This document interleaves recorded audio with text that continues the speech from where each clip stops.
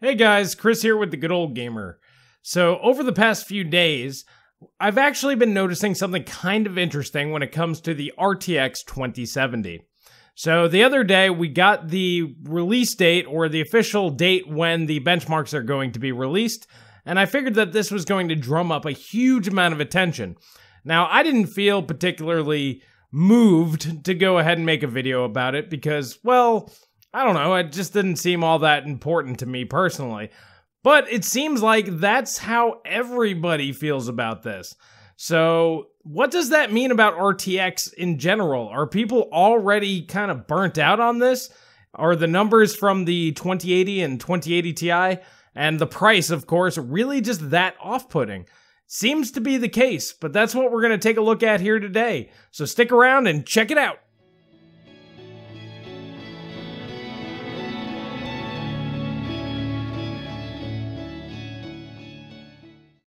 Today's video is sponsored by Pulsed Media.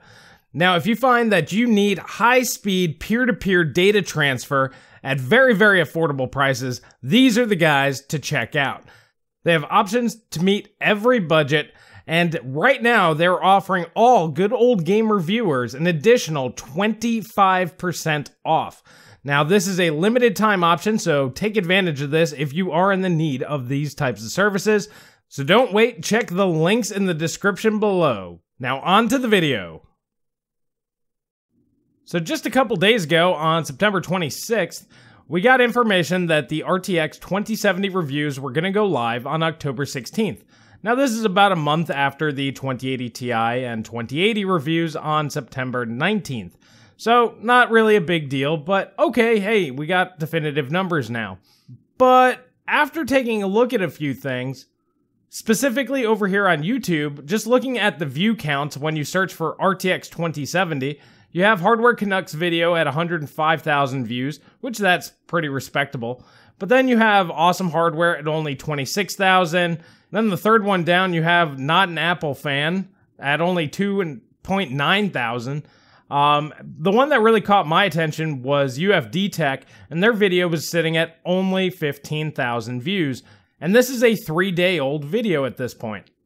The video from one day prior, just about the RX 680 potential launch, blah, blah, blah, which isn't going to happen. But anyway, that has 54,000 views. And if you look, most of their videos, especially about video cards, are somewhere around 40, 50,000 views. At least somewhere around 20, 25. I mean, 15,000 for these guys is extremely low. And that's really what caught my attention. And it got me thinking, are people really not that interested in the RTX 2070?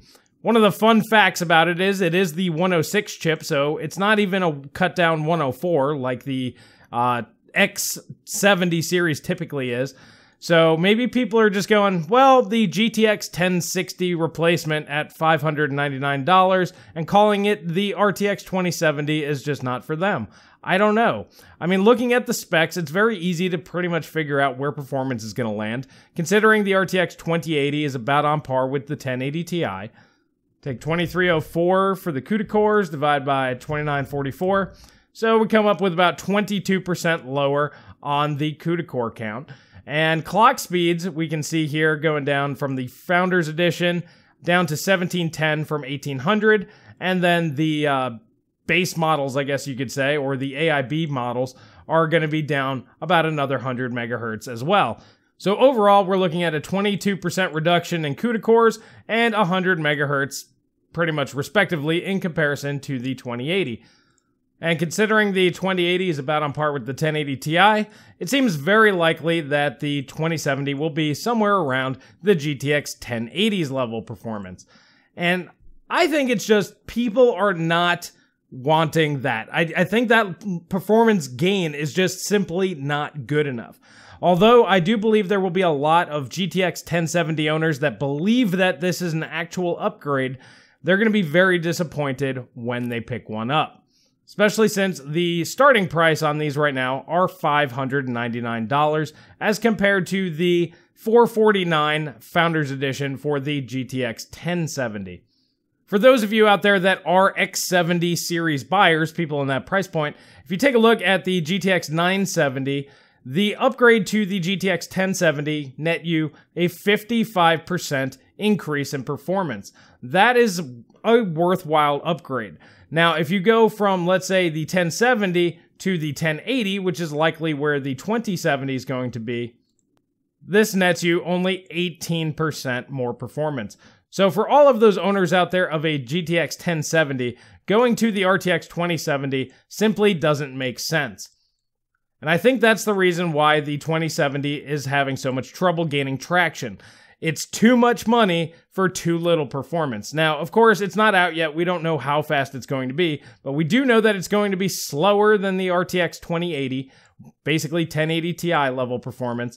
So there's really only so far down it can go. I mean, with 22% less CUDA cores and slower clock speeds, somewhere around 30-ish% slower, 25 to 30 makes sense. And if you take a 1080 Ti and remove 25% performance, you're looking at GTX 1080 levels. So that's the reason why I think a lot of people aren't really interested in this. I'm just very surprised that the vast majority of people do not seem super interested in this. So that's what I personally find interesting here. But let me know what you guys think down in the comment section below. Why do you think people aren't interested in these cards? Is it because of the price? Is it because of the probable performance level? Is it just the fact that, I mean, we know ray tracing's not going to work very well on that card. It'll have to be severely compromised considering the RTX 2080 Ti can barely run 1080p 60, and that's basic code, but for real, if we're being honest about it, it's not going to be able to handle it. So the RTX 2070 absolutely will not be able to do this. So yeah, I mean, those are a lot of factors right there, and I think when you combine them all together, it's not looking too good for this card. And realistically, this card really needs to be $399 for people to really care. If you're looking at GTX 1080 level performance here in 2018, $599 is a big ask considering all the RTX stuff really doesn't seem like that's going to be that great. And the DLSS, if you guys haven't seen, Hardware Unboxed, they actually did a good video. Tim did a good video. You can check the links in the description below or click the card here.